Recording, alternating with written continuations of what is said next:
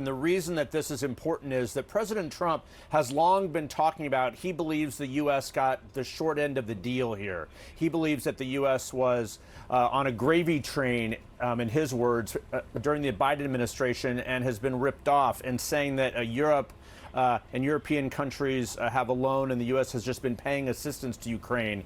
Extraordinary there to see the French President Emmanuel Macron in a friendly way, but it said, to be frank, that is not true. And walked through how actually European countries have much more skin in the game here, if you will. They've paid considerably more money.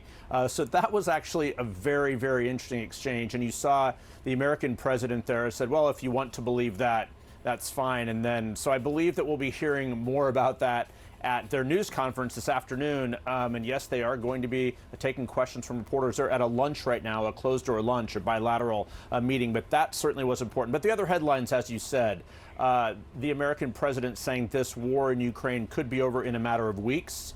That might be optimistic. We shall see, of course, but important that this meeting, and no coincidence, is coming on the third anniversary of the war with Ukraine. But what the French president is trying to do is use his personal relationship with Donald Trump to really bring him back on the side of the European allies and try and save the transatlantic alliance.